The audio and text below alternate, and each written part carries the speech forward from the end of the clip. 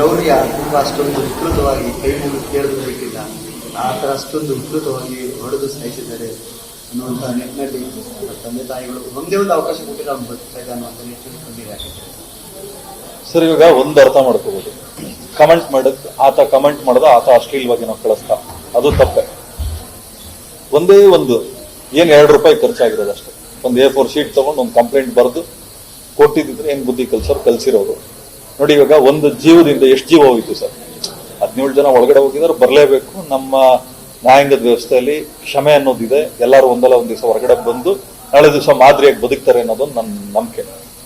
ಒಂದು ಅನುಕುಮಾರ್ ತಂದೆ ತೀರ್ಕೊಂಡ್ರು, ಇನ್ನೊಂದು ರಾಘವೇಂದ್ರ ಅವ್ರ ತಾಯಿ ತೀರ್ಕೊಂಡ್ರು. ನನಗ್ ಬಂದಿದ್ದ ಮಾಹಿತಿ ಪ್ರಕಾರ ಇನ್ನೊಬ್ರು ತಾಯಿನೋ ತಂದೆನೋ ಸೀರಿಯಸ್ ಆಗಿದ್ದಾರೆ ಅಂತ ಗೊತ್ತಾಯ್ತು. ಪ್ರಾಣ ಹೋಗಿದ್ದು, ತಪ್ಪು ಮಾಡಿದ್ವಿ, ನಮ್ಗೆ ಕ್ಷಮಾಪಣೆ ಸಿಗ್ತದೆ. ತಪ್ಪು ಮಾಡ್ಲಿಲ್ಲ, ಆಯ್ತು, ಅದಕ್ಕೆ ಹೊರಗಡೆ ಬರೋದಕ್ಕೊಂದು ಕಾರಣ ಇರ್ತದೆ. ರೇಣುಕಾಸ್ವಾಮಿ ಜೀವ ವಾಪಸ್ ಬರಲ್ಲ, ಅನುಕುಮಾರ್ ತಂದೆ ವಾಪಸ್ ಬರಲ್ಲ, ರಾಘವೇಂದ್ರ ಅವ್ರ ತಾಯಿ ವಾಪಸ್ ಬರಲ್ಲ. ಅಲ್ಲಿಗೆ 3 ಜೀವನ ವಾಪಸ್ ಅಂತೂ ತರಕ್ಕಾಗಲ್ಲ. ನಾನು ಬಯಸೋದಿಷ್ಟೇ, ನಂದೇನು ವಾಯ್ಸ್ ರೈಸ್ ಮಾಡ್ಬೇಕಾಯ್ತು, ಎಲ್ಲಿ ಮಾಡ್ಬೇಕಾಗಿತ್ತು ನಾನು ಮಾಡಿದೆ. ನನ್ನ ಲಿಮಿಟ್, ನನ್ನ ಅದ್ಬಸ್ತಲ್ಲಿತ್ತು, ಅಲ್ಲಿ ತನಕ ಹೋಗಿ ಇವಾಗ ನಾನು ಇಲ್ಲಿಗೆ ನಿಂತಿದ್ದೀನಿ. ಯಾರಿಗ ಅನ್ಯಾಯ ಆಗಿದೆ ಆ ತಾಯಿ ಚಾಮುಂಡಿ ಕಾಪಾಡಲಿ. ಮತ್ತೆ ನನಗೇನು ದರ್ಶನ್ ಅವ್ರ ಶತ್ರು ಅಲ್ಲ, ನನ್ಗೆ ಒಳ್ಳೆ ಸ್ನೇಹಿತರು, ಹಾಗೂ ನನ್ನ ಬ್ಯಾನರ್ಗೆ ಒಂದು ಒಳ್ಳೆ ಕೀರ್ತಿ ತಂದು ಕೊಟ್ಟವರು.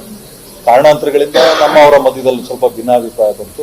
ಆ ತಾಯಿ ಚಾಮುಂಡಿ ಅವ್ರಿಗೆ ಧೈರ್ಯ ಕೊಟ್ಟು, ಅವ್ರ ಕುಟುಂಬಕ್ಕೆ ಒಂದು ಇನ್ನೂ ಹೆಚ್ಚಿನ ರೀತಿ ಶಕ್ತಿ ಕೊಟ್ಟು, ಯಾವ ರೀತಿ ನ್ಯಾಯಾಂಗದ ದೃಷ್ಟಿಯಲ್ಲಿ ಹೋರಾಟ ಮಾಡಿ ಅವ್ರಿಗೇನು ನ್ಯಾಯ ಸಿಗಬೇಕು, ಒಂದು ಕಳ್ಕೊಂಡಿರೋ ಅವ್ರ ಕುಟುಂಬಕ್ಕೂ ನ್ಯಾಯ ಸಿಗಬೇಕು, ಇವ್ರಿಗೂ ಅದೇನು ಕ್ಷಮಾಪಣೆ ಸಿಗಬೇಕು, ಸಿಗಲಿ ಅಂತ ನನಗೆ